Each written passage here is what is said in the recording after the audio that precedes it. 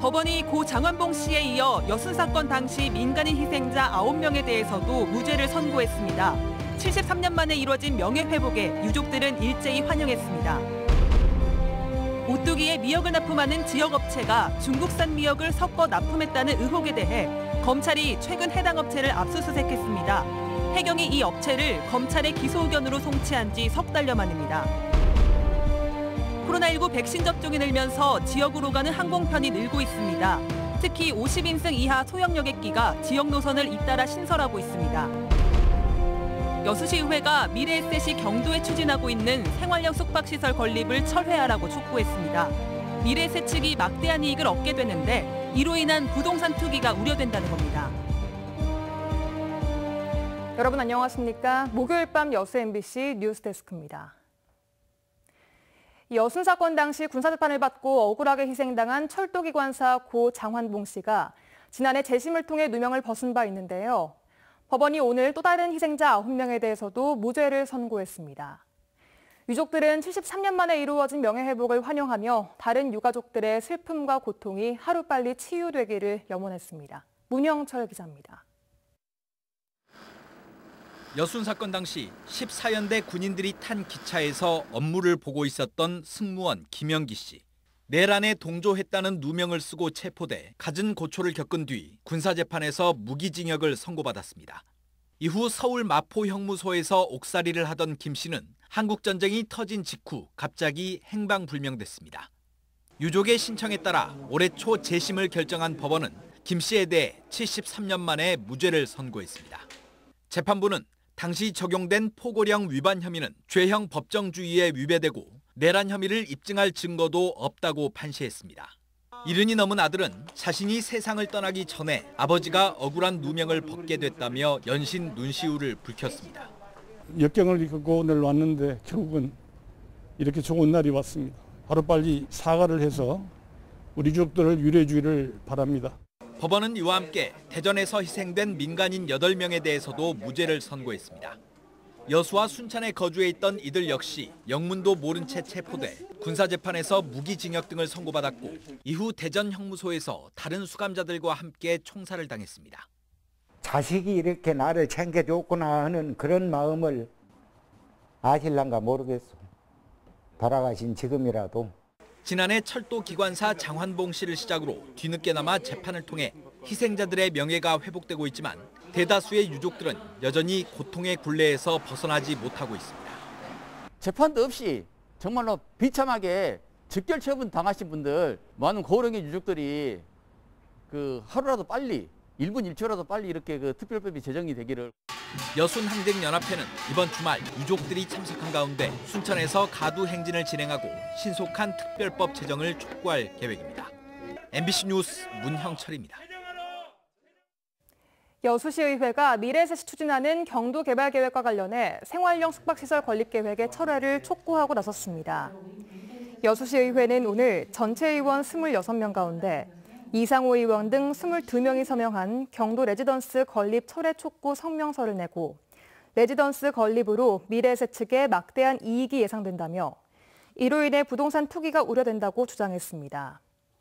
의회는 또 여수시와 전남도, 광양경제청에 대해서도 사업 시행자의 경제적인 이익이 많아질 경우 공공기여나 지역환원 등 공공성을 향상시킬 방안을 마련해야 한다고 주문했습니다. 미래에셋은 최근 지역에서 부동산 투기 의혹이 제기되자 사업 전면 재검토라는 초강수로 대응했지만 지역사회와의 소통이 성사되면서 사업 재개 의사를 밝힌 바 있습니다. 일상 접촉에 의한 산발적 감염 확산으로 전남에서 밤사이 코로나19 확진자 3명이 발생했습니다. 여수에서는 부산 지역 확진자와 접촉한 2명이 코로나19 확진 판정을 받았고 신안에서는 인도네시아에서 입국한 해외 유입 감염 사례가 1명 발생했습니다. 방역당국은 다중이용시설을 중심으로 심층 역학조사를 벌이는 등 접촉자를 파악하는 데 행정력을 모으고 있습니다. 지난 3월 오뚜기에 미역을 납품해온 업체가 중국산 미역을 혼입한 혐의로 송치됐다는 내용 단독 보도해드렸죠. 해경으로부터 사건을 건네받은 검찰이 최근 해당 업체를 압수수색했습니다. 조희원 기자입니다. 유명 식품업체인 오뚜기에 10여 년 동안 미역을 납품해온 A업체가 중국산 미역을 섞어 납품해왔다는 의혹이 보도된 건 지난 3월 10일. 9일 뒤 해경은 이 업체를 관세법 위반과 원산지 표기법 위반, 횡령 등 7개 혐의를 적용해 검찰에 기소 의견으로 송치했습니다. 업계 관계자에 따르면 사건을 넘겨받은 검찰은 석 달 만인 최근 A업체를 압수수색했습니다. 검찰은 수사 중인 사안이라며 관련 내용을 확인해주지 않았습니다. 다만 해경의 수사 내용을 검토하고 있다고 밝혔습니다. A업체는 여전히 중국산 미역을 수입한 사실이 전혀 없다며 완강히 부인하고 있습니다. 그러나 취재진은 재직 당시 A업체 사장으로부터 중국산 미역을 혼입하라는 지시를 받았다는 한 전직 직원의 진술을 확보했습니다. 여수에 있는 본사에서 중국산 미역을 섞는 작업을 담당했는데 중국산 30%, 국산 70% 비율로 섞으라고 지시를 받았다는 겁니다. 특히 라면 스프용으로 납품되는 미역은 조각이 작아 구분하기 어렵다며 더 많이, 심지어 100% 중국산 미역으로 섞으라고 지시한 적도 있었다고 설명했습니다. 결국 오뚜기 본사까지 소문이 들어가 업체 사장 등이 올라간 적도 있는데 추후에 중국산 미역을 쓰지 않는 조건으로 계속 거래를 하기로 했다고 말했습니다. 이런 가운데 해당 업체는 해경 수사가 진행 중이던 지난해 12월 고흥 가공공장의 상호를 변경하고 최근에는 간판까지 바꿔달았습니다. MBC 뉴스 조희원입니다. 순천만 국제정원박람회의 성공 개최를 뒷받침할 특별법안이 국회 상임위원회를 통과했습니다. 국회 농림축산식품해양수산위원회는 오늘 전체 회의를 열고 소병철 의원이 대표 발의한 순천만 국제정원박람회 지원 및 사후 활용에 관한 특별법안을 가결했습니다. 법안에는 박람회 실무를 담당할 조직위원회 구성과 운영은 물론 박람회에 대한 정부와 지자체 등의 재정 지원, 산림청 소속의 실무위원회 등에 대한 내용이 담겨 있습니다. 광양시가 백운산 일원에 산철쭉 군락지를 복원했습니다. 광양시는 국내 100대 명산인 백운산 억불봉, 노랭이봉 일원과 국사봉 일원 30헥타르 규모의 산철쭉 7만 2천여 본을 식재해 산철쭉 군락지를 복원했습니다. 시는 이번 군락지 복원으로 건전한 산림자원의 관리 체계를 구축하고 산림의 공익적 가치 증진과 백운산의 산림 경관 개선에 따른 관광 명소화에도 도움이 될 전망입니다. 코로나19 백신 접종과 더불어 하늘길도 하나둘 다시 열리고 있습니다.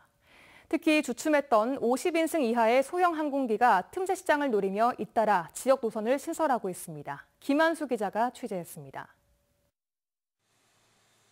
27m 길이의 여객기에 승객들이 하나둘 오릅니다. 전남 무안과 김포를 잇는 노선이 11년 만에 부활했습니다.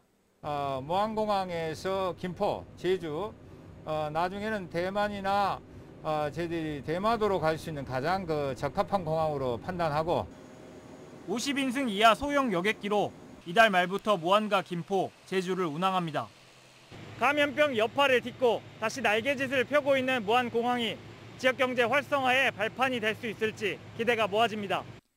지난 2019년 말 울산을 시작으로 지난해 경남 사천과 올해 전남 무안까지 소형 여객기 노선이 신설됐으며 공사 중인 울릉공항 취항도 계획하고 있습니다.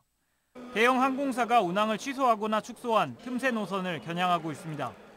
특히 코로나19가 완화되는 시기에 활기를 띨 것으로 기대하고 있습니다. 이제 빨리 코로나가 종식돼서 우리가 저 푸른 창공을 훨훨 나는 하이웨이와 함께 흘러 나는 그런 시대가 빨리 오기를 바랍니다. 공항 활용에 고민이 많은 지자체와의 협력, 적은 운항 비용으로 지역 노선 경쟁력이 있는 만큼 티켓 발매 시스템을 보완해 승객 유치에 나서고 있습니다. MBC 뉴스 김한수입니다. 오늘 오후 4시쯤 여수시 정량동의 여수산단 내 도로에서 트레일러와 승용차가 충돌했습니다. 이 사고로 승용차 운전자 A씨가 병원으로 옮겨져 치료를 받고 있습니다. 경찰은 운전자 등을 상대로 정확한 사고 경위를 조사하고 있습니다. 지난 18일 발생했던 순천 대학생 교통사고의 운전자가 오늘 숨졌습니다.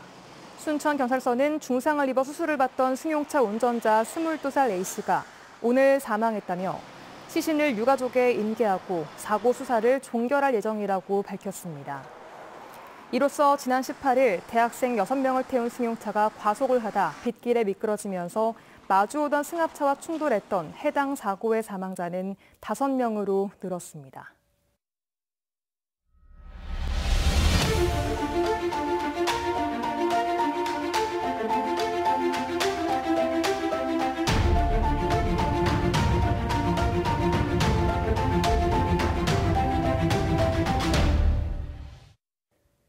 김대중 전 대통령의 노벨 평화상 수상 21주년을 맞아 김대중 평화회의가 열립니다. 평화와 인권을 위해 헌신한 고 김대중 대통령의 뜻을 기리기 위해 열리는 첫 국제 행사입니다. 김양훈 기자가 취재했습니다. 지난 2000년 6월 김대중 대통령과 김정일 국방위원장이 분단 이래 처음으로 남북 정상회담을 가졌습니다. 평화 통일을 위한 공동선언문도 채택했습니다. 그로부터 넉 달 뒤 김대중 대통령은 노벨 평화상을 수상했습니다. 이렇듯 한반도 평화와 민주주의 그리고 인권을 위해 헌신한 김 전 대통령의 정신을 계승하기 위한 국제 행사가 준비되고 있습니다. 전라남도와 김대중 평화센터는 첫 김대중 평화회의를 목포에서 개최하기로 했습니다. 행사 준비를 위해 외교, 학계 인사 등으로 구성된 조직위원회도 구성했습니다. 그리고 우리 대한민국도 국민 통합의 계기가 마련돼야 된다는 뜻에서 김대중 대통령의 이런 자유와 평화와 민주, 인권의 가치를 우리가 더 계승하고 발전시킬 필요가 있다 생각이 됩니다. 김대중 평화회의는 10월 27일과 28일 이틀 동안 목포 김대중 노벨 평화상 기념관에서 열립니다. 노벨 평화상 수상자와 국제기구 대표 등 국내외 평화 지도자와 학계 그리고 도민과 학생 등 2천여 명의 온오프라인 참가를 목표로 하고 있습니다. 민주, 평화, 인권 이게 이제 김대중 대통령의 정신인데 이런 세 가지 정신을 계승할 수 있는 큰 행사를 이곳 우리 김대중 노벨 평화상 기념관에서 개최하게 된 것에 대해서 대단히 뜻깊게 생각하고 있습니다. 학술 국제 포럼은 물론 어린이 합창대회와 평화 뮤직 페스티벌도 열립니다. 또 김 전 대통령의 고향인 신안 하이도 등 전남 곳곳에서 다양한 체험 문화 행사도 준비되고 있습니다.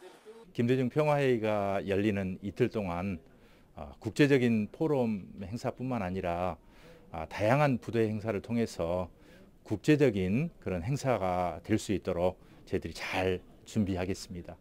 국민을 생각하고 정치를 해야 된다. 항상 말씀하신 것이 기억이 납니다. 돌아가시니까 10여년이 지났지만은 아직도 김대중 대통령님 보고 싶고 그립습니다. DJ 정신을 기리기 위한 첫걸음을 준비하고 있는 전라남도는 김대중 평화회의를 2년마다 전남에서 개최하는 정기 국제 행사로 치를 예정입니다. MBC 뉴스 김양훈입니다. 여수산단 입주기업인 휴캠스가 여수시민 채용 가점제 시행에 동참해 지역인재 채용 참여 기업이 모두 9곳으로 늘었습니다. 여수시는 오늘 휴캠스와 인력 채용 여수시민 가점제 적용 협약식을 갖고 양 기관의 상생 발전과 여수 지역 청년 실업 해소, 인구 증가에 적극 협력할 것을 약속했습니다. 휴캠스는 이번 협약에 따라 이후 시행되는 신규 인력 채용부터 여수시민 가점제를 적용할 계획입니다. 여수시는 지난 2017년부터 여수산단 내 8개 기업과 협약을 체결해 채용 인원 563명 중 325명을 지역인재로 채용하는 성과를 거뒀습니다. 외부 폐기물을 광양제철소에 몰래 반입해 처리해온 포스코 하청업체 관계자들이 검찰에 넘겨졌습니다. 광양경찰서는 최근 2017년부터 약 3년간 광양제철소 내에서 내부 폐기물을 소각하는 등 폐기물관리법을 위반한 혐의로 포스코 폐기물 처리 하청업체 직원과 대표 등을 검찰에 송치했습니다. 경찰은 해당 하청업체와 결탁해 폐기물을 의뢰한 광양 소재 A 폐기물 업체도 혐의가 있다고 보고 검찰에 넘겼습니다. 순천의 7번째 기적의 놀이터가 오늘 개장했습니다. 순천 동명초 인근의 기적의 도서관과 연계한 제7호 기적의 놀이터는 지역 주민들이 장소를 선정하고 설문조사를 통해 어린이들의 의견을 반영해 조성됐으며 놀이기구와 편의시설, 위생시설 등을 갖추고 있습니다. 여수시가 코로나19 상황 극복과 청년의 삶의 질 향상을 위해 다양하고 새로운 청년 정책을 선보이고 있습니다. 여수시는 지난 1월 겨울방학 행정인턴 운영을 시작으로 행정안전부가 주관하는 지역 주도형 청년 일자리 공모 사업에 9개 사업이 선정돼 139명에게 일자리를 제공했으며 청년 대상 공공근로 19개 사업을 발굴했습니다.